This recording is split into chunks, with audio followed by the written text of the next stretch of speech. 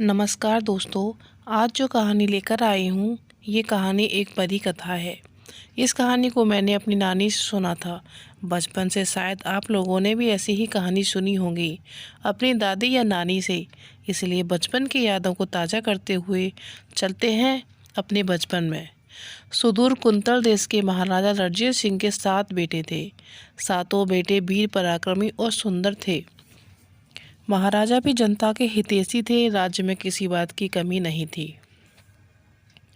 समस्त जनता सुखी थी। महाराज के बेटे अपनी शिक्षा दीक्षा पूरी करके राजमहल आ रहे हैं। आज पूरा राज्य दुल्हन की तरह सजाया जा रहा है। चारों तरफ फूलों की लड़ियां लगी हैं। रंगीन पताकाओं और झालरों से महल सजा हुआ है। महाराज अपने कक्ष में बैठे हैं, साथ में मंत्रीगण भी। तभी दरबान आता है। दरबान महाराज की जय हो। महाराज, सातों राजकुमार महल के प्रवेश द्वार तक पहुंचने ही वाले हैं। महाराज ने कहा, क्या खूब, चलिए चलें, उनका स्वागत किया जाए। सभी महाराज के साथ महल के दरवाजे पर उपस्थित होते हैं। सातों राजकुमार रथों पे सवार होकर प्रवेश करते हैं। जनता छतों से फूल बरसा रही है। चारों तरफ राजकुमारों की जयकार हो रही है। द्वार पर महारानी आरती का थाल लिए खड़ी हैं। सातों राजकुमार रथों से उतरते हैं और अपने माता पिता के चरण छूते हैं। महारानी उनकी आरती उतारती हैं। महाराज, आप सभी का स्वागत है। मेरे वीर राजकुमारों, अंदर आइए। महारानी, कितने दिनों के बाद अपने पुत्रों को देख रही हूँ। भगवान इनको बुरी नज़र से बचाए। सभी महल के अंदर प्रवेश करते हैं। वैसे तो सभी राजकुमार सुंदर, सुशील, वीर थे, लेकिन सबसे छोटा राजकुमार विक्रम सिंह सबसे ज़्यादा दिलेर, होशियार और पराक्रमी था।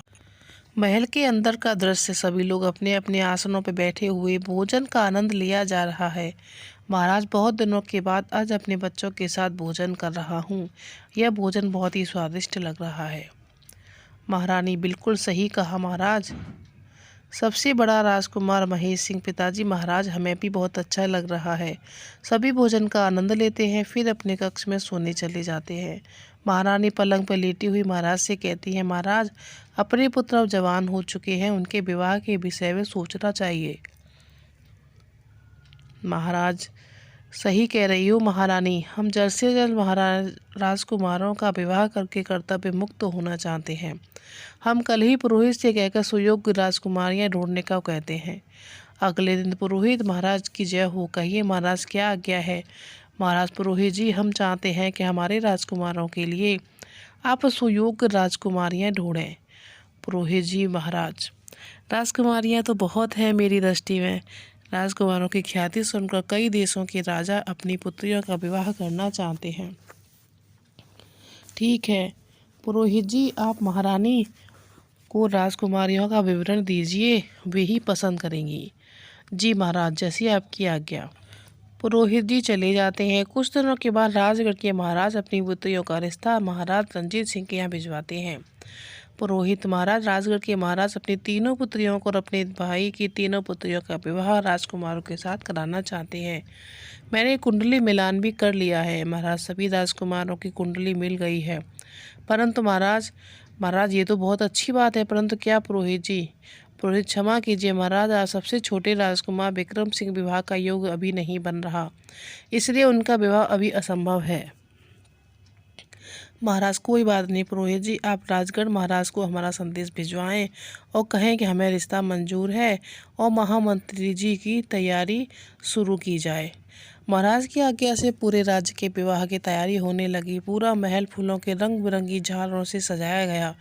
चारों तरफ दास दासियां भाग भाग कर काम कर रहे थे और मंत्रीगण तैयारियां करवा रहे थे। उधर महल में सातों राजकुमार तैयार हो रहे थे और एक दूसरे से मजाक कर रहे थे। तीसरे नंबर का राजकुमार, सबसे छोटा राजकुमार विक्रम सिंह को छेड़ते हुए बोला, बड़े भैया, सबसे अच्छी किस्मत तो विक्रम की है, देखो बलि का बकरा बनने से बच गया। तभी चौथे नंबर का राजकुमार बोला, हाँ भाई, अब तो हमारी आज़ादी छिन जाएगी, और सभी हंसने लगे। राजकुमार विक्रम सिंह बोला, भाई मैं तो शादी करूंगा, लेकिन बहुत ही खूबसूरत राजकुमारी से। दूसरे नंबर का राजकुमार बोला, अच्छा जी, ऐसी कौन सी फूलमती रानी लाओगे। विक्रम से थोड़ा आश्चर्य से बोला, फूलमती रानी, ये कौन है। दूसरे नंबर वाला राजकुमार जब तक जवाब देता, एक दासी वहां आ गई और राजकुमारों को प्रणाम, आज सभी को महाराज बुला रहे हैं, बारात निकलने का समय हो रहा है।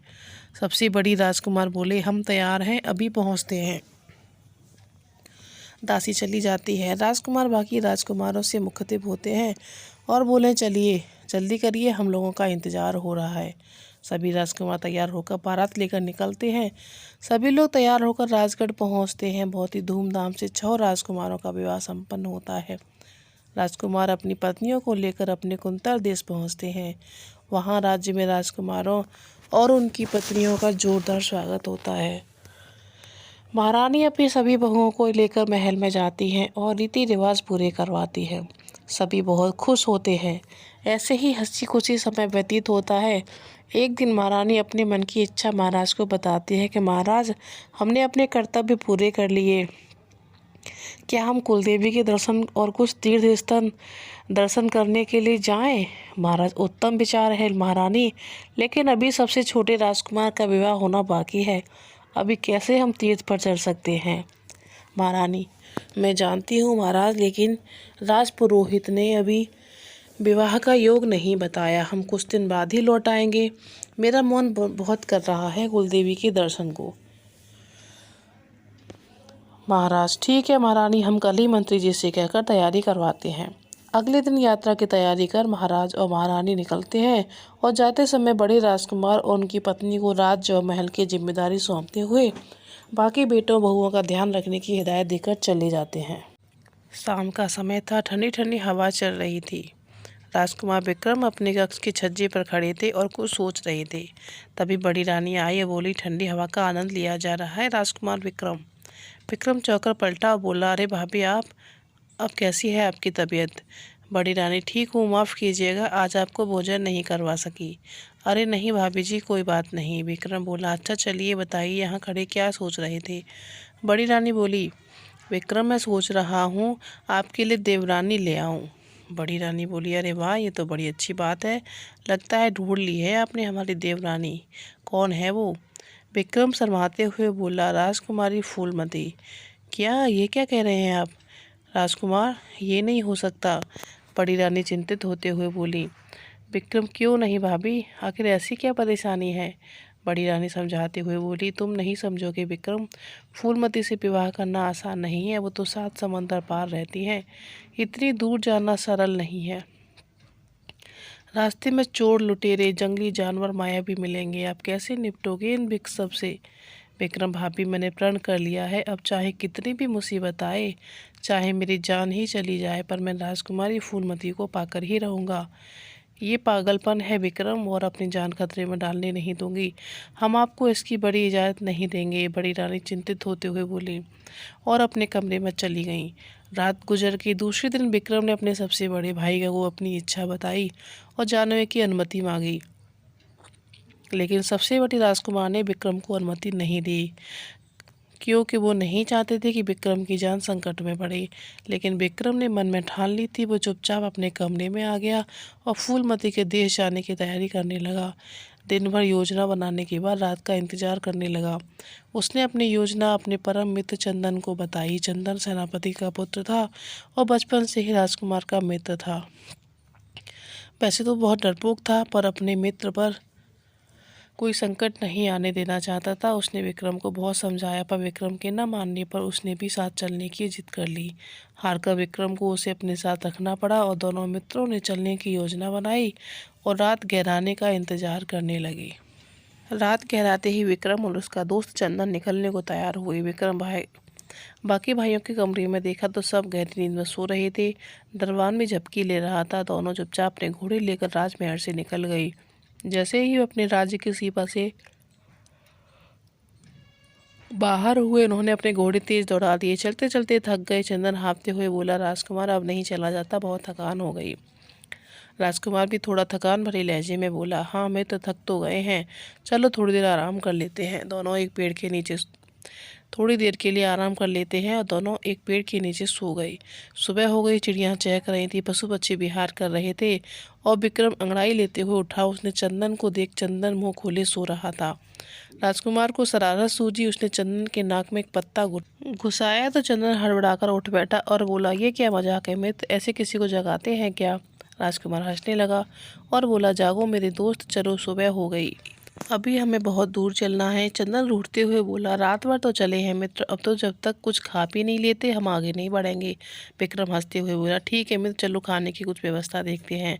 चलो देखते हैं, आगे शायद कोई गांव मिल जाए। थोड़ी दूर चलने हैं, फिर उनके एक गाँव दिखाई दिया। दोनों ये बात तय कर रखी थी कि हम लोग किसी को अपनी पहचान नहीं बताएंगे, एक साधारण व्यक्ति बनकर ही लोगों से मिलेंगे। दोनों गांव के अंदर पहुंचे। उन्होंने एक गांव वाला मिला। चंदन ने उनसे खाने पीने की जगह पूछी। गांव वालों ने घर की तरफ इशारा किया और चल दिए। दोनों उसकी तरफ चल दिए।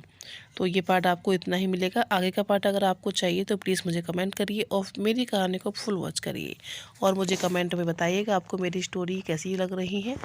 तो और जो भी नए जुड़े हों वो मेरे चैनल को सब्सक्राइब करें। तो धन्यवाद दोस्तों, मिलेंगे आपको अगली पार्ट में।